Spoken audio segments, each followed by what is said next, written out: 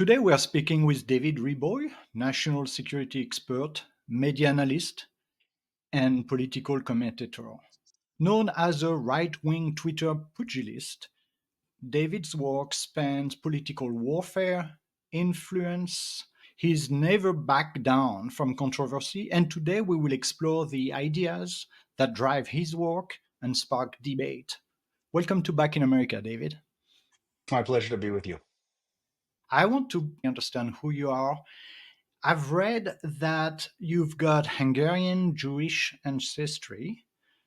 You grew up in the northeast of the US. Tell us about your childhood and the sort of household you grew up in. Hungarian, in a place that was mixed German, Hungarian, and Romanian. And then over the years, it turned to be more Hungarian and Romanian. And then finally, after the Trianon Treaty, after the First World War, it ended up as part of Romania. It's disputed by Hungarians, but it is part of Romania. They came from communist Romania. They settled here in the 1960s in New Jersey into a community of Hungarian Jews from Transylvania, and they had me. That was the environment in which I grew up. Politically, my family was comprised of Reagan Democrats, very committed to fighting the Cold War, who understood that evil is a real thing and there are horrible regimes out there. We grew up in a very patriotic environment. And so supporting John Kennedy, supporting Nixon, supporting Reagan, but still as Democrats. And then finally, once Reagan was elected, they all formally flipped over. So that was the environment that I grew up in. I grew up in an environment always hearing about the Holocaust from my grandfather, who was an Auschwitz survivor. Most of his family died in the Holocaust.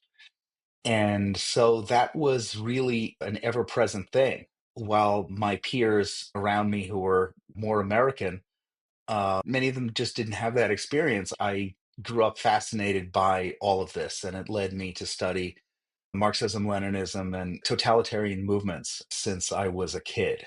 Obviously, from an adversarial point of view, but I always thought that knowing more about the enemy is better than knowing less. So that's been the guiding principle of my career. What did you speak at home?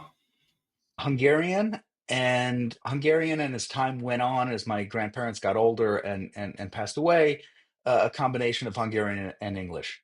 And you still speak Hungarian? I do. Yeah. What did your parents do? What did my parents do? My father is in the kosher meat business, and my mother is a retired therapist. You still have your parents. Yeah. Mhm. Good. So I read that you've got an interest in design, in music, in Islam, even in bodybuilding. Yet it seems that politics is really your calling. When did you realize that politics was your thing? You just touched on it. Coming from this background, you were fighting the enemy, and it's interesting because you use that war terminology. Do you recall how young you were when you said, "Gosh, politics is my thing"? I had a neighbor, a next door neighbor, back in the day when we used to watch the Iran Contra hearings together. This was probably 1988. So I was quite young and I was fascinated with it at that point. I campaigned for Reagan in '84 in my Jewish school. So it's been a lifetime's concern. And as you get older, things change. It's funny that my opinions in general haven't changed all that much. The basic lodestar is still pointed in the same direction. When I went off to college, I went to George Washington University. I wanted to be in DC, and I got a degree in international affairs. Russian and Eastern European history was my minor. That was still a great interest. It was the 90s, and it seemed like the world was very different. It was pre 9/11. It was Mhm. a world where, to be honest with you, completely ridiculous conversations were taking place, and the conventional wisdom was just nonsense. I remember this very clearly. Thomas Friedman's The Lexus and the Olive Tree were very much in vogue. And I was rebelling against my international law professor because I thought international law as a concept was completely ridiculous. all my colleagues and the professors would look at me and say, "What are you, a Neanderthal?" But I said I was very confident that reality reassert itself, and it ended up reasserting itself. At the same time, I was studying abroad in Budapest, and at the time, it was after the fall of the Soviet Union. It was the Cold War had ended, but it was in those first couple of years when all of Eastern Europe was going through a trend of privatization and trying to figure out how to incorporate these freedoms into their society that had once been behind the Iron Curtain. Seeing that was a wake up call for me. It was very obvious that the idea of history had not been settled, that everyone was not, in fact, in agreement that Western liberal democracy was the final perfect form of government for everyone. I was very lucky too. I was in ninth grade with a very hip history teacher, and she taught us, no, I'm sorry, it was 10th grade. She taught us a book that had just come out at that time that she was very enamored with, called Clash of Civilizations by Sam Huntington. And this would have had to have been in 1993, maybe 1994 at the latest. This was an extremely hip thing to give to these kids. I should have probably been fired today for doing so, but that book was something that we spent the entire year discussing and looking at world history through the lens of that. And Okay. so that kind of prepared me for not really buying into the absurd consensus of the 90s at the time. All right. We start to get a picture of where you come from, how you got your interest into politics. I now want to jump to today and the current political situation. When did you realize that Trump was going to be reelected? And what sort of sign made you understand that, yes, he is going to be reelected? To be honest with you, I was not confident that was going to be the case until it happened. And Hmm. even when it happened, I didn't believe it. I have a reputation as a bit of a doomer who sees the black cloud in everything.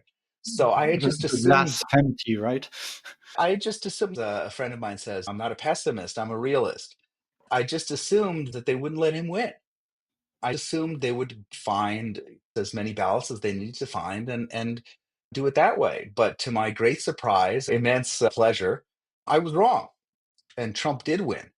That's been a really great surprise for me. To be honest, I think that I, as well as a lot of the other doomers, need to take stock and say, okay, we admit we were wrong, and that things are not so bleak in terms of the all powerful Democrats and their all-powerful vote generating machine and things like that. And I think I deserve to be humbled in that respect.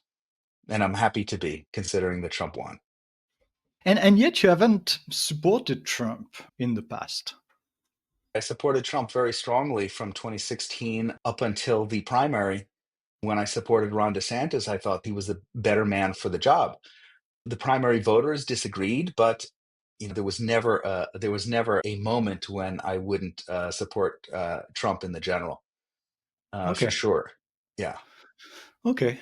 And what made you go with DeSantis at the time? Most important is what DeSantis had that Trump didn't: discipline, follow through, and strong executive leadership. And I feel that's part of what plagued the first Trump administration.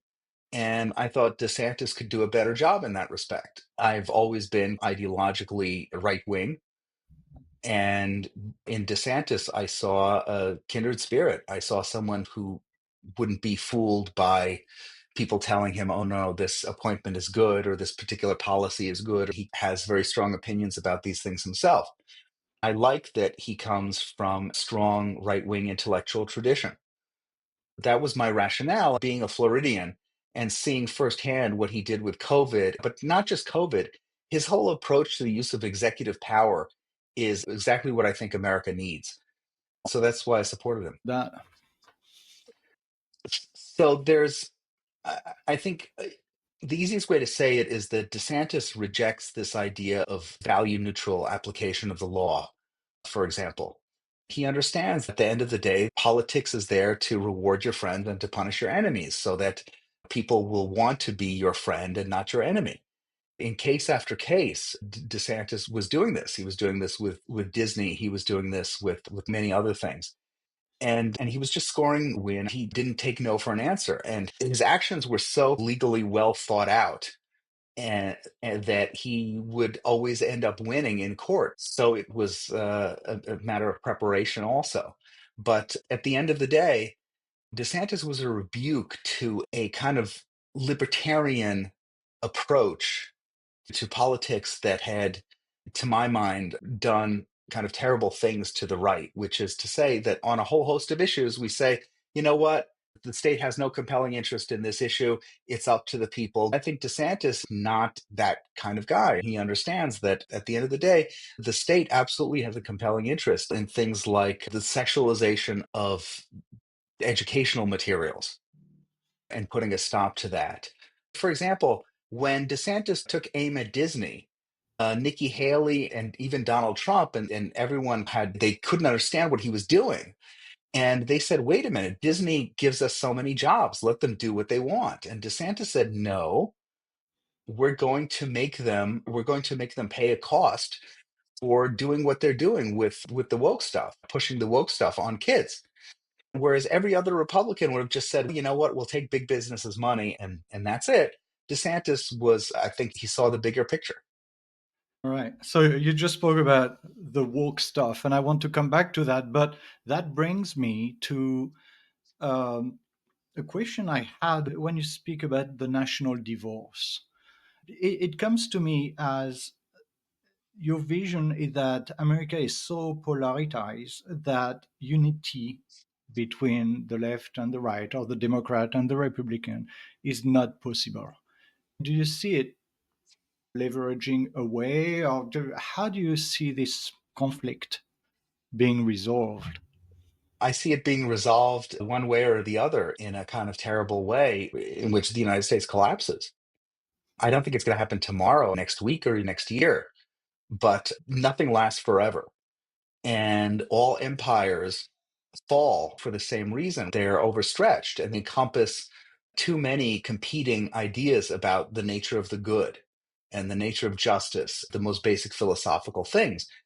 And that's the situation that America finds itself in today. The left likes to talk about the American empire, and some folks on the right now too. They talk about the American empire all around the world. But at the end of the day, we are an empire even if we stay on our shores. We are a continent sized country that encompasses people as diverse as Maine and Texas and Washington State and Florida and Arkansas. At some point, the things that divide us will far outnumber the things that unite us. I think frankly we're there. And I'm sorry, go ahead.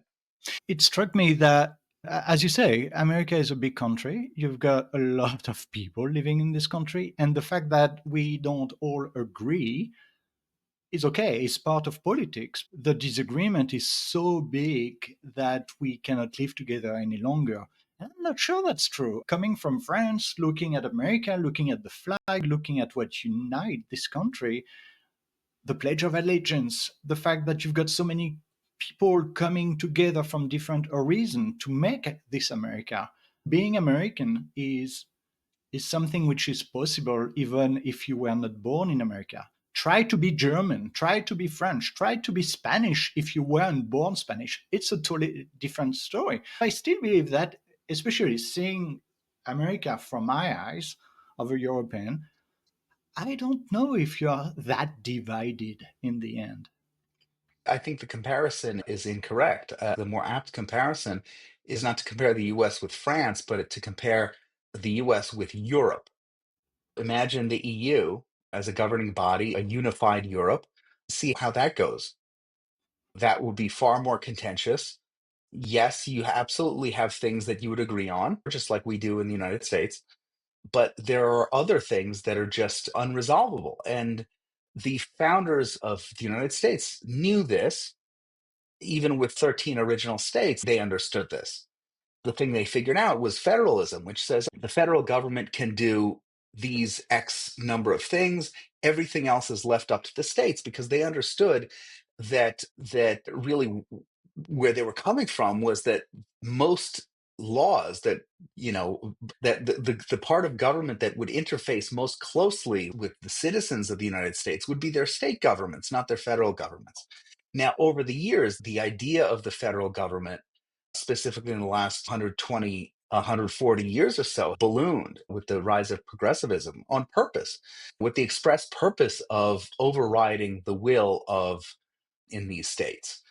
And so what you have is a federalism that doesn't really work the way our founders intended, in a way that would allow for the release of tension. It would allow for one state to have one particular policy based on its politics and convictions, and another state to do the opposite thing. But really, what you've had, and it's not just the progressive movement, it's also mass media and a whole bunch of other things. But we're now in 2024, and it's not, there's very little agreement. Let's say on the with the left, there's very little agreement about federalism as such. For example, on abortion, the last Supreme Court decision, Dobbs left abortion policy up to the states, which is where most folks on the right thought it properly should be. And immediately the Democrats want to federalize that issue. Now, there's no issue that they don't want to federalize, because they look at every issue, frankly, is through the lens of civil rights, because it's advantageous to them politically. So you can't have an issue of civil rights being decided by the states. So then we get to the same conflict. The right wants more local representation, and the left wants more federal representation, so long as they're the ones in charge. And sure, that can go on and has gone on for the last 50 years in the United States, maybe more. We're getting to the point where it's going to exhaust itself as more issues fall underneath of the left's banner of civil rights. This is the conflict. I wish we could have a situation where we have true federalism, where one state could decide to do X and the other state could decide to do Y, and then we say live and let live. But unfortunately, that's not the political environment that we live in. I don't think that's coming back. Talking of this political violence, I read in one of your pieces that you've written in 2021 that you said violence might arise from political rhetoric. And then in a recent Substack article, you suggested a similar trajectory. Critics might say that you're actually fueling the very unrest that you predict. What do you say to that? Of Predicting this coming of violence. that would be really rich, coming from the same people who believe that the greatest terrorist threat is domestic extremism, therefore we must control the speech of American citizens. I don't think it's a legitimate position to say that warning against political violence is the same as advocating for it. If that was the case, then everybody at CNN, MSNBC, the New York Times, the New Republic, and the Washington Post would be guilty of the same thing for predicting fascism would descend, and Trump is Hitler that's going to put everybody in camps. It's completely ridiculous. The point that I made in my last piece at Substack is that we always operated with the assumption that explicit Hitler and explicit Nazi comparisons were the third rail. They were beyond the pale, because beyond which there's really nothing. It exhausts the political rhetorical universe. I'm not sure where you would go after that. If you're accusing your political opponent of being Hitler, of being a Nazi, of wanting to exterminate their opponents, the most rational thing would be, okay, join a terrorist group, do targeted assassinations, do whatever you can, set the country on fire. That would be the rational thing to do. But I don't think that's the case. It's a highly irrational, completely insane comparison to make. So that's where the fault lies. The fault lies isn't in me warning that these guys are saying crazy stuff. It's the guys saying crazy stuff. So you still believe that Antifa may take to the street and engage in political violence? Oh, for sure. It's not theoretical and it's not new. Many of us have seen it. You've seen it on the streets of Paris. Violence is something that is in the doctrinal toolkit of the folks who self-identify as Antifa, and who trace their lineage ideologically and organizationally through that movement. That's just a thing that they do. But I believe that there is a logic governing how they act. And my assessment was that they did not pop off after the election this time because because Trump's win was just too big. And from their point of view, they like to be in the majority. They like to cloak their violent actions in a slipstream of what could be called mostly peaceful civil rights protests. They are the tip of the spear when it comes to those types of movements, as opposed to random anarchists that just pop off. What do you make of January 6th? In what way? I, I don't think the left has ever attacked democracy like the right has. I'm not sure what you mean by attack democracy. Can you unpack that? I mean, stepping on the Capitol to disrupt peaceful election, that's not really what you call democracy, right? The left has broken into the Capitol many times. Folks on the left have tried to blow up the Capitol several times in the last several decades. Unpacking that is important because it's a rhetorical trick a lot of the left likes to use, and frankly, the Democrats, by synonymizing their particular agenda with the word democracy, like you did in your question.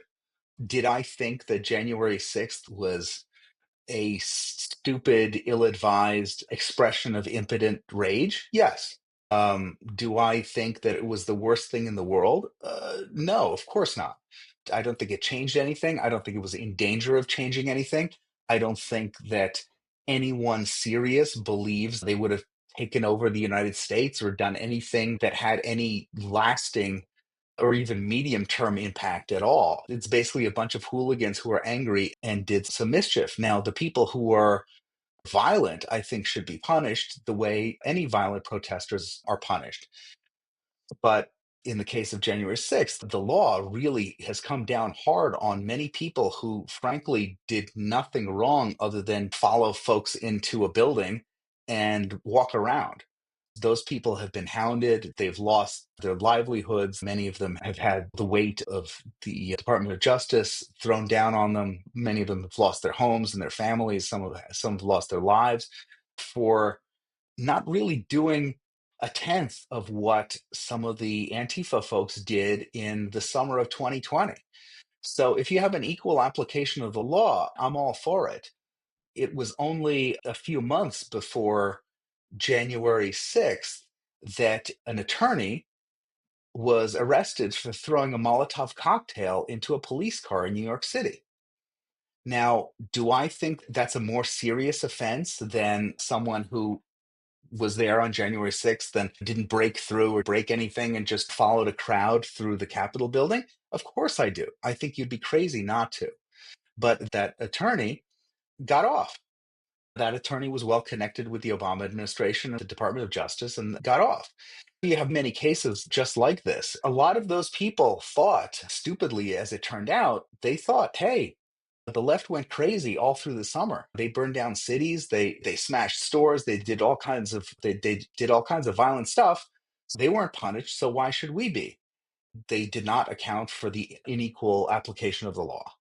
I think that was their mistake. I also think that, frankly, every poll, I know how hard the media and the left has tried to push January 6th. That's the most horrible thing in the world, a terrible assault on our democracy, and it's worse than 9/11 and blah, blah, blah, blah. But nobody believes it. Everyone thinks that this argument is totally full of shit. Yeah. Okay, let's And put we saw, that and for a minute. the election, not only does the election bear it out, but every public poll bears it out. Look for any poll on what people think about January 6th. You'll get the reaction back. We don't care. You guys have completely oversold this. I listened to your interview in The Blaze, and I would be interested to hear how you understand when Jill Savage, the journalist, said America is capitalism plus scripture. What do you make of that? I don't want to put words in her mouth. That's a quote. I don't want to second guess what she has to say. I would interpret it one way. She may interpret it a different way, but I'm not going to touch that one. Maybe you can tell me, Yeah, how important is religion in America? very religious people. The founders were not necessarily very orthodox practicing religious, but the bulk of the American people was certainly towards the more religious side. It goes back to the earliest days of America, even before 1776. De Tocqueville made a point to talk about the religiosity of Americans. And I think you can take religious or scripture or any one of these words and synonymize it with the concept of virtue and righteousness. And like John Adams said, this constitution, this form of government is for a righteous, virtuous people, and it's not fit for another. I think the place of religion in American society, American politics has always been very strong. It's not necessarily sectarian. From the very beginning, we had no state churches, and that was a kind of very deliberate thing that was in opposition to England. It was opposition to France and to many other places, and not to mention the in the Middle East. We are generally religious, but it's not necessarily a sectarian thing. I believe that. I don't think there's a scenario where you can have a completely religious people and still have a functioning liberal democratic society for the long haul. I just don't think it's possible. So, when we touch on that topic of ethics and religions and the history of the US, I can't not mention what happened to the Native American and to slavery. How do you think America can reconcile that? Or does it need to be reconciled? Human civilization, it's something that was present with us from our earliest days. You could say that it's an artifact of a certain type of agrarian system that becomes obsolete once you have the Industrial Revolution. The truth of the matter is that slavery existed through most of history, every country. And the obsessive, we ended it in 1865.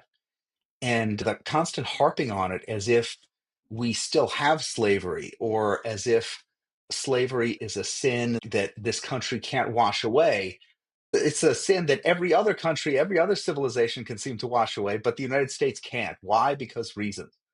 I think the constant harping on it serves to delegitimize the United States, which is what I think is the intended agenda, and frankly, to put races at one another's throats. And it does that very well. When I grew up, race relations were far better than they have been. The Obama years were when we first started to see racial riots for the first time since 1968. We started to see more animosity building in Black communities against white communities. After that, you saw the proliferation of anti racism and other nonsense that has the intended effect of putting us at each other's throats. I don't think these things need to be reconciled. I think the United States has done a far better job than most in dealing with its legacy of slavery, the legacy of racism, etc. I'm very glad that things like Jim Crow are far in the past. But right now, the constant dwelling on it does more harm to some of these communities. It does more harm to the Black community than it does to me or to folks who are white or of a different race. I would like to see us go back to the 80s and the 90s in terms of this attitude. And in regards to the Native Americans, look, it's a complicated issue. We should start talking about the indigenous peoples of every country. It's very interesting that it's just the United States where this is a going concern. The fact of the matter is, through history, these are the things that happen. You have conquests and migrations, and it's a natural thing. And to rewind 500 years to establish the original sin of the United States and the irredeemable original sin of the United States as being either slavery or the treatment of Native Americans. I think that's a very clear political agenda. Going back to the political warfare point, it's absolutely political warfare. It's not on the level. Okay. Talking of political warfare, I read, and I don't know if it's true, that you work for Viktor Orban.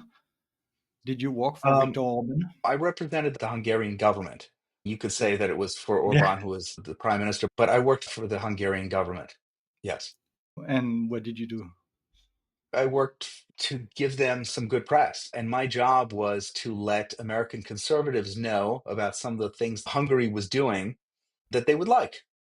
is to build bridges between Americans and Hungarians who see eye to eye on some political issues. Yeah, and as I was preparing this interview, I realized that Hungary, since at least 2022, has been really extremely active in drawing American, but not just American, yeah, worldwide conservators to Hungary, developing close ties with, in France, Marine Le Pen, in the US, Trump, and more. So, what do you think is interesting for conservators in Hungary? What makes Hungary a focus point? It's many things. If you go to Budapest today and go to Amsterdam tomorrow, or Paris or London, very different things in little ways and in big ways. Hungary committed the unforgivable sin of saying we are a country, we're a small country, and we are controlling our borders. We're not bringing in as many refugees from Syria to overwhelm our societies. We're a small country with a small population. We don't have that much money, and we don't want it for the simple reason that we know we can't assimilate these people, and we know that we can't pay for this.